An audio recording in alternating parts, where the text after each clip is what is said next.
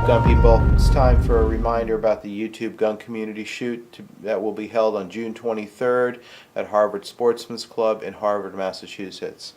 Harvard Sportsman's Club, you can find directions to the club. If you Google Harvard Sportsman's Club, the directions are on that webpage. If you're having a hard time finding that, just let me know and I'll give you the directions. No problem. What do you need to bring? There's a couple things that you need to bring that are very, very important. One is a good attitude.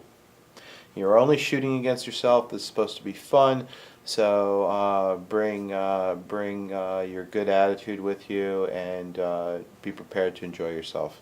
Two, bring your safety conscience with you. Safety is paramount. Any unsafe activity will not be tolerated and will get you could get you disqualified. Certainly will get you disqualified, as it should. So those two things are really very, very important. The cost of the shoot is $20. It goes to maintaining or perpetuating the sport and to defray the costs of all the targets and props and everything else that you need to set up one of these shoots. It's quite involved. You need to get there at 8 o'clock. Let's say 8:15 or so to squad. Everybody will try to get on the same squad depending on how many people show up. But we try to even out squads, so it's possible that it could get broken up to 2 squads. But let's not worry about that at the moment. We'll see what the numbers look like. Bring some clothing for warm weather. Check the weather report. If it looks like it's going to be cool, dress appropriately, and definitely consider the possibility that it might rain. It seems that every activity I do involves rain, or snow. So bring rain gear. You have to bring. So in terms of the equipment that you need to bring a brimmed hat, like a baseball hat. That's just a safety thing in terms of keeping ejected brass out of your face. It helps. Bring eye protection and bring hearing protection. You'll need those 3 things. And you need to bring a concealment garment. The concealment garment essentially could be a long sleeve button down shirt. I recommend something that you can open in the front so you can push it back to draw. But you could, people do it with a sweatshirt on as long as it covers the gun. You can also use a shooting vest. Lots of people use those. These so-called gaming vests. They're very useful for this kind of thing. What else? You might want to bring some sunblock. You might want to bring some bug spray with you too. It could be buggy in June. Refreshments. There is a concession stand usually. I'm not 100% sure. There will be a concession stand for this particular shoot. There could be.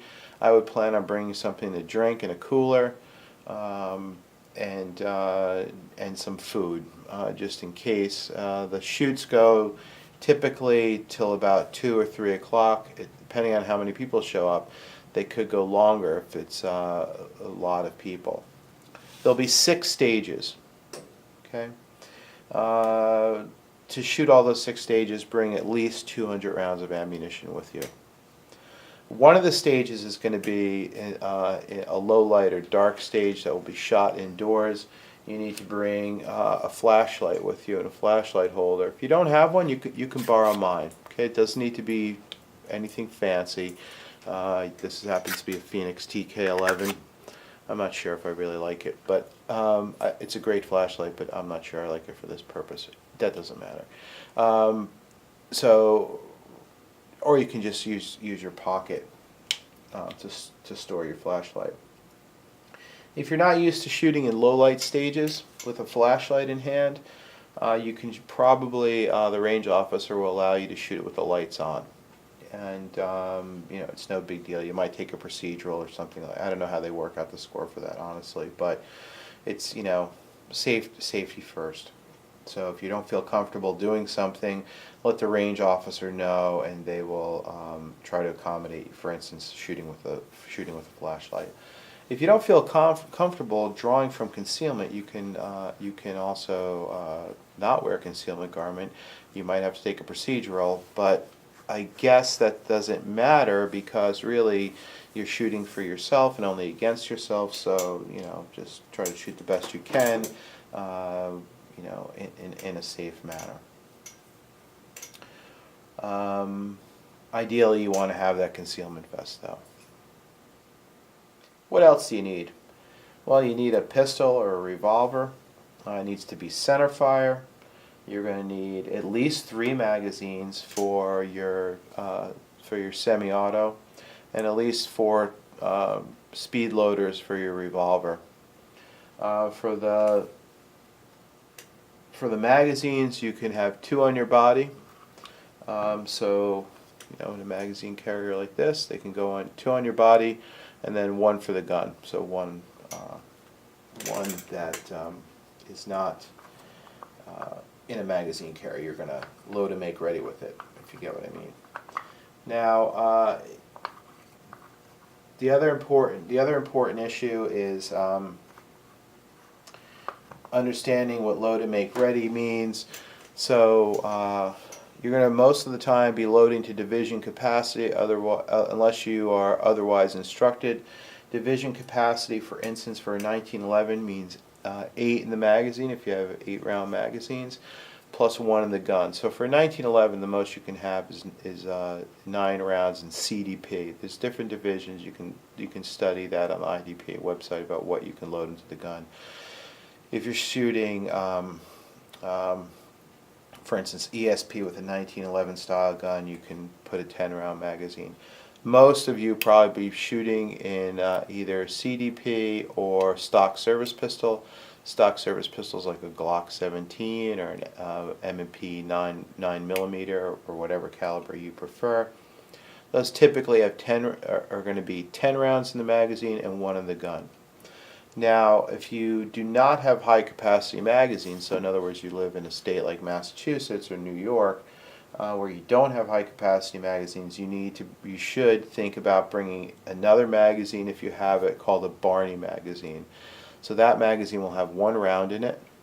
When you're told to load and make ready, you put that into the gun, rack it, put 1 in the chamber, release the magazine, store it in your pocket, and then take a full magazine and insert it into the gun. So then you have, for instance, 8 plus 1. You're loaded to division capacity. You can holster. You'll have 2 other holsters on your body that you can use for reloading. If you've never practiced drawing from a holster, you have no experience drawing from a holster or reholstering, this is the time to start getting practice doing that. And you can just simply go ahead and do that with an empty gun. Right? Make sure it's empty, no ammunition around, please.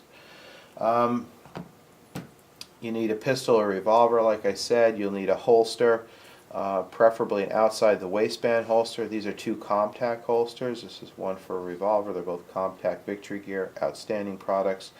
Outside the waistband holsters without a retention device work best for these kind of games. Remember IDPA, USPA, these are games, so these are just more gaming holsters. They're not really like a duty holster.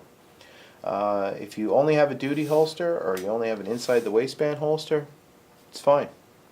Just make sure that you know how to draw from it and reholster. The inside the waistband holsters really must be holsters that don't collapse. So when from the pressure of your belt, when you draw, you don't want a holster that collapses. That's going to be a problem, and I don't think it will be permitted, simply because you can't reholster very easily. So something that stays open if it's inside the waistband. That's very, very important. What else? A good gun belt will be helpful. If you don't have a good gun belt, a sturdy leather belt will be helpful. You might want to bring a chair to sit in, otherwise you're going to be on your feet all day, and you might get pretty tired. But that's really up to you. What else? I mentioned the guns, the holsters, the speed loaders, the flashlight. Again, this is really about having a good time, a learning experience, more of a social gathering than anything else. You're only competing against yourself.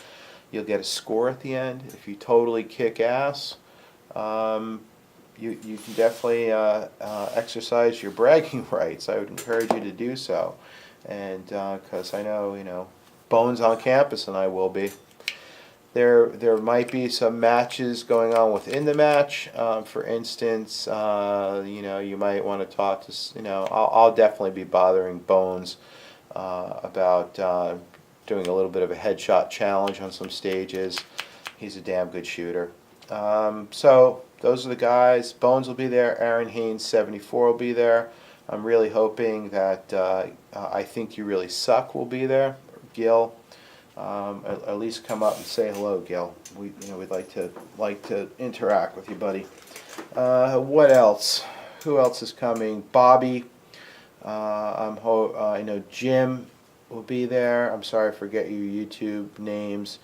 And there's a few other guys I'm forgetting because my brain is like Swiss cheese. I've been working non-stop, and today's the first day I've had off in a really long time. So I'm looking forward to it. Good old rest and relaxation, and it's a good time, and it's held rain or shine. So be prepared. It's a good time. Now, most of you have heard that J-Rock, Mr. J.M. Fitch, is under the weather at the moment. I talk to J-Rock on pretty much a daily basis. I'm happy to report that he's on the road to recovery, and I think things are looking up. And it's a shame he can't make it, but we'll have another shoot, and he'll be there. Maybe if he's feeling up to it, he won't be able to shoot most likely, but maybe if he's feeling up to it and he wants to come by and say hello, maybe he can come up and meet some of you folks. He's an outstanding human being. I consider him a good friend. He's one of these people that you kind of, if you ever met somebody for the first time and then you have an immediate connection that you can get along pretty well with this person, this is the guy. It's one of these people that you just meet and has a good attitude on life, good very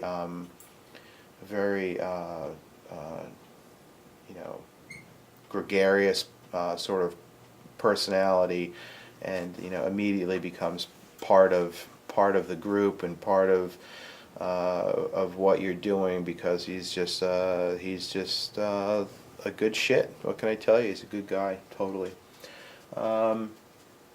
So we'll be looking out for you, J-Rock. Really, I hope to see you there. Otherwise, we'll certainly be thinking about you. What else? I think that pretty much covers it, and I really hope to see you there. It is a really good time if you're you're really into shooting and you like shooting. You'll really enjoy this. I promise you that. It will be a top-notch match. Even though it's not a sanctioned match, it will be top-notch. I promise you that. And you'll learn a lot. You'll get to meet new people. And if you like to talk about guns, if you like to talk about shooting, and if you like to shoot, this is definitely an event.